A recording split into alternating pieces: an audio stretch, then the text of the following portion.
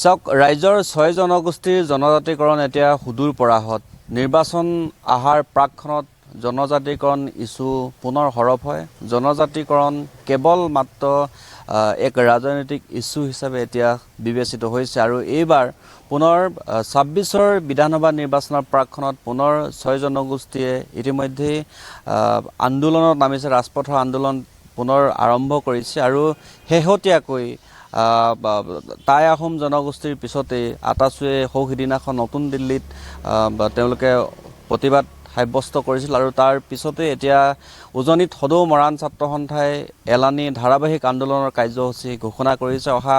2 ছেপ্টেম্বৰৰ পৰা ধাৰাবাহিক আন্দোলন ঘোষণা কৰিছে মৰাণ জনগোষ্ঠীৰ একমাত্ৰ ছাত্ৰ সংগঠন সদৌ মৰাণ ছাত্ৰ সন্থাই এই মুহূৰ্তত সদৌ মৰাণ ছাত্ৰ সন্থাৰ মুখ্য কাৰ্যালয়ত মোৰ সৈতে মৰাণ ছাত্ৰ সন্থাৰ কেন্দ্ৰীয় সাধাৰণ সম্পাদক জয়কান্ত মৰাণ আৰু সতীৰ্থসকল উপস্থিত আছে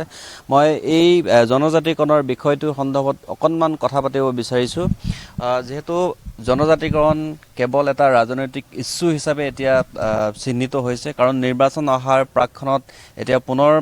6 জনগোষ্ঠী সৰব হয় সেয়া লোকসভা নিৰ্বাচনেই হওক বিধানসভা নিৰ্বাচনেই হওক 26ৰ বিধানসভা নিৰ্বাচন আহি আছে আৰু তাৰ প্ৰাকখনত এতিয়া 6 জনগোষ্ঠীৰ দল সংগঠন সক্ৰিয় হৈছে পুনৰ ৰাজপথত নামিছে আপোনালোকেও পুনৰ ধাৰাবাহিক আন্দোলন ঘোষণা কৰিছে 2 ছেপ্টেম্বৰৰ পৰা গোটেই কথাখিনি জানিব বিচাৰিছে নহয় আসলতে নিৰ্বাচন আহিলে যে জনজাতিকৰণৰ ইছ্যুটোৰ কাৰণে আমি সৰব হওঁ এই কথাটো নহয় নিৰ্বাচনৰ প্ৰাক মুহূৰ্ততে আমি জনজাতিকৰণৰ কাৰণে আন্দোলনখন আগবঢ়াই নিওঁ এনেকুৱা ধৰণৰ কোনো কথা নাই আমি নিৰ্বাচনৰ আগতেই যেতিয়া আমি শাসন দায়িত্বভাৰ গ্ৰহণ কৰিছিলোঁ তাৰ পৰা সমান্তৰালভাৱে কিন্তু অসম চৰকাৰৰ লগত কেইবালানিও আলোচনাত বহিছোঁ আমি আন্দোলনৰ কাৰ্যসূচী লৈছোঁ জনজাতিকৰণৰ বিষয়টো যাতে চৰকাৰে গুৰুত্ব প্ৰদান কৰিব লাগে ঠিক তেনেদৰেই আচলতে অসমৰ মুখ্যমন্ত্ৰীগৰাকীৰ লগত হোৱা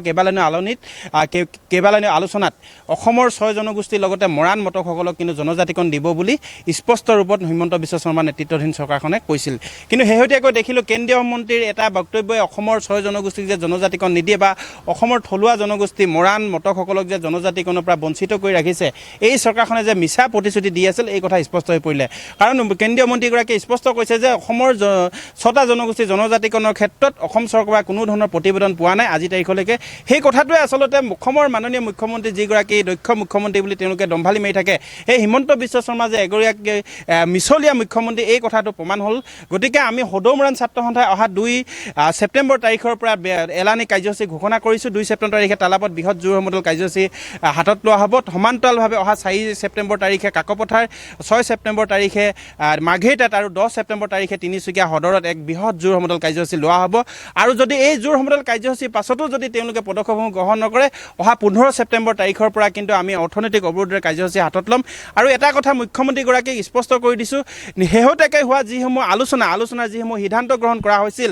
মৰাণসকলক জনজাতিকৰণ দিয়াৰ ক্ষেত্ৰত যিসমূহ আমি সিদ্ধান্ত গ্ৰহণ কৰিছিলোঁ উমৈহতীয়াভাৱে এই সিদ্ধান্তসমূহ আচলতে কি পৰ্যায়ত আছে মুখ্যমন্ত্ৰীগৰাকীয়ে স্থিতি স্পষ্ট কৰি দিব লাগে আৰু কেতিয়া আচলতে মৰাণসকলক জনজাতিকৰণ দিয়া হ'ব এই কথাটো স্পষ্ট কৰিবলৈ যদি মৰাণসকলক জনজাতিকৰণ দিয়া নহয় এই কথাটো কিন্তু মুখ্যমন্ত্ৰীগৰাকীক স্পষ্ট কৰি দিবলৈ আমি আহ্বান জনালোঁ আৰু আগন্তুক 2026 চনৰ আগত যদি মৰাণসকলক জনজাতিকৰণ নিদিয়ে নিশ্চিতভাৱে বিজেপি চৰকাৰখনে যে এই তিনিচুকীয়া জিলাত বা মৰাণ অধ্যুষিত এলেকাত কোনো ধৰণৰ প্ৰচাৰ আৰু প্ৰসাৰ কৰিব নোৱাৰিব তাৰ কাৰণে কিন্তু সদৌ মৰাণ ছাত্ৰ সন্থাই বিভিন্ন ধৰণৰ পদক্ষেপ গ্ৰহণ কৰিম বুলি আমি আজি আপোনালোকৰ চেনেদি সকীয়াই থলোঁ যেহেতু মন্ত্ৰী গোটৰ প্ৰতিবেদনৰ কথা কৈ আছিল যে মন্ত্ৰী গোটৰ প্ৰতিবেদন আজি তাৰিখলৈকে নগ'ল কেৱল মাত্ৰ আপোনালোকক আভুৱা ভাৰিছে কেৱল ভুৱা প্ৰতিশ্ৰুতি আশ্বাস দিয়ে যে বছৰ ধৰি এখন সংগ্ৰাম চলি আছে কিন্তু তাৰ পিছতো আজি তাৰিখলৈকে কিন্তু ইয়াৰ এই সমস্যাটোৰ সমাধান কিন্তু চৰকাৰে কৰিবলৈ নিবিচাৰিলে ইয়াৰ মূল কাৰণ কি বুলি আপোনালোকে ভাবে নিশ্চিতভাৱে এক ৰাজনৈতিক ষড়যন্ত্ৰৰ বলি আচলতে অসমৰ থলগিৰি জনতাক হৈছে বুলি আমি অনুভৱ কৰিব লৈছোঁ কাৰণ দিল্লী লবি এটাৰ হিন্দী লবি এটাই অসমৰ থলগিৰি লোকসকলৰ যাতে অসমত সুৰক্ষিত হৈ নাথাকে অসমখন জনজাতীয় ৰাজ্যলৈ পৰিণত নহয় যাতে তেওঁলোকৰ ব্যৱসায় ভিত্তিত তেওঁলোকে হেম্পাৰ পৰিব আৰু বিভিন্ন ক্ষেত্ৰত তেওঁলোকে ভূমি অধিকাৰৰ পৰা বঞ্চিত হৈ থাকিব সেইকাৰণে আচলতে এই মুখ্যমন্ত্ৰীগৰাকীয়ে হিন্দী লবিটোক আচলতে সুৰক্ষিত কৰি ৰাখিবৰ কাৰণেই এনেদৰে অসমৰ থলুৱা জনগোষ্ঠীসমূহক জনজাতিকৰণৰ পৰা বঞ্চিত কৰি ৰাখিছে বুলি আমি অনুভৱ কৰিছোঁ আমি দেখিছোঁ বিভিন্ন সময়ত চৰকাৰে প্ৰতিশ্ৰুতি দিছে বানপানী যেতিয়া আহে বানপানীৰ সময়ত কয় অসমৰ বানপানীৰ সমস্যা আমি সমাধান কৰি দিম তেওঁলোকে কয় যিসকল ব্যক্তি বানপানীৰ সময়ত ঘৰ বাৰী নাইকিয়া হ'ল যাৰসকলৰ ভেটি উচ্চন হৈ গ'ল সেইসকলক আমি ভূমি পট্টা প্ৰদান কৰিম পাৰিম কিন্তু দেখিলোঁ শেহতীয়াকৈ আচলতে বৃহৎ কোম্পানীসমূহক আদানী আম্বানীৰ দৰে কোম্পানী ৰামদেৱৰ দৰে কোম্পানীসমূহক বৃহৎ মাটিসমূহ গতাই দিছে কিন্তু অসমৰ থলগুৰি জনতাক ককবকাই থকা থলগুৰি জনতা আজি থাকিবলৈ ঠাই নাইকিয়া কৰি দিছে কোনোবাই মথাউৰিত বাস কৰিবলগীয়া হৈছে কোনোবাই গেজিং লেণ্ডত বাস কৰিব আছে আৰু সেই গেজিং লেণ্ডৰ যেতিয়া ম্যাদী পট্টা বিচাৰি যাওঁ আমি তেতিয়া আকৌ এইসমূহ গেজিং লেণ্ড এইসমূহ বিজিআৰ লেণ্ড এনেকুৱা ধৰণৰ এটা ঠগ প্ৰবঞ্চনাৰে আচলতে এই চৰকাৰখন চলি আছে গতিকে এইগৰাকী মুখ্যমন্ত্ৰী যেতিয়ালৈকে থাকিব তেতিয়ালৈকে কিন্তু অসমৰ থলগুৰি জনতাৰ হাতত কোনো ধৰণৰ অধিকাৰ নাথাকিব আন এগৰাকী নেতা আছে মৰাণ চট্টন মই আপোনাৰ ওচৰলৈ আহিছোঁ যে যদিহে আপোনালোকৰ প্ৰথমলানি আন্দোলনৰ কাৰ্যসূচী গ্ৰহণ কৰাৰ পিছতো চৰকাৰে জনজাতিকৰণৰ বিষয়টোৰ ওপৰত মৰাণসকলক কোনো ধৰণৰ জনজাতিকৰণৰ ব্যৱস্থাটোক আগবঢ়াই নিনিব তাৰ পৰৱৰ্তী পৰ্যায়ত কেনেধৰণৰ কাৰ্যসূচী গ্ৰহণ কৰিব কেনেকুৱা হ'ব আন্দোলনৰ প্ৰেক্ষাপটটো চাওক এটা কথা আমি সদায় সকীয়াই আহিছোঁ যে মৰাণ ছাত্ৰ সন্থা বা মৰাণ জাতিটোৱে সদায় সকীয়াই আহিছোঁ যে আমাক জীৱন আৰু সম্পত্তিৰ নিৰাপত্তা লাগে আমাক যেতিয়ালৈকে জীৱন আৰু সম্পত্তিৰ নিৰাপত্তা নিদিব আমাক যেতিয়ালৈকে আমাৰ জনজাতিকৰণ আমাৰ মৰ্যাদা প্ৰদান নকৰিব তেতিয়াহ'লে মৰাণ জাতিটো এটা মানে বৰাহী জাতিটো নিঃশেষ হৈ যাব গতিকে সেই জীৱন আৰু সম্পত্তিৰ নিৰাপত্তাৰ ভয়ত আমি বাৰে কৈ আহিছোঁ যে আমাক জনজাতিকৰণ লাগে সেইকাৰণে অহা 2 ছেপ্টেম্বৰৰ পৰা আমাৰ ধাৰাবাহিকভাৱে মানে কাৰ্যসূচী ঘোষণা কৰা হৈছে আৰু যদিহে এইখিনি যদি অসম চৰকাৰে অসমৰ মাননীয় মুখ্যমন্ত্ৰী হিমন্ত বিশ্ব শৰ্মাৰে যদি গুৰুত্ব প্ৰদান নকৰে তেতিয়াহ'লে অনাগত দিনত জংগী আন্দোলন হ'ব অৰ্থনৈতিক অৱৰোধ হ'ব আমাৰ প্ৰতিখন গাঁৱে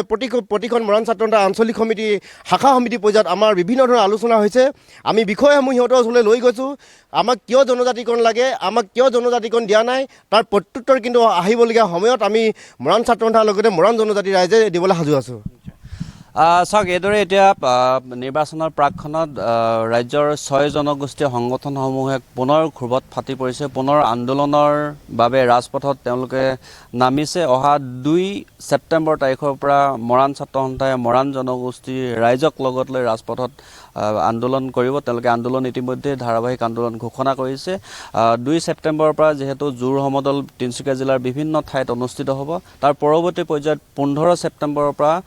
যিসমূহ মৰাণ অধ্যুষিত অঞ্চল আছে যিসমূহ তেল চাহ কয়লা আমদানি ৰপ্তানি হয় সেইসমূহ ঠাইত অৰ্থনৈতিক অৱৰোধৰ কাৰ্যসূচী তেওঁলোকে গ্ৰহণ কৰিব আৰু তাৰ পৰৱৰ্তী পৰ্যায়ত যদি এই মৰাণসকলৰ জনজাতিকৰণৰ বিষয়টো আগবঢ়াই নিনিয়ে চৰকাৰে বা ব্যৱস্থা গ্ৰহণ নকৰে তাৰ পৰৱৰ্তী পৰ্যায়ত কিন্তু ইয়াতকৈ জংগী আন্দোলন গঢ়ি তুলিবৰ কাৰণে তেওঁলোকে ইতিমধ্যে প্ৰস্তুত বুলি উল্লেখ কৰিছে আৰু এটা কথা নিশ্চিতভাৱে ক'ব লাগিব যে 26ৰ নিৰ্বাচনৰ প্ৰাকখনত ৰাজ্যৰ 6 জনগোষ্ঠীয় দল সংগঠনৰ ৰুখত যে শাসকীয় চৰকাৰখনে পৰিব এই কথাটো ইতিমধ্যে নিশ্চিত হৈছে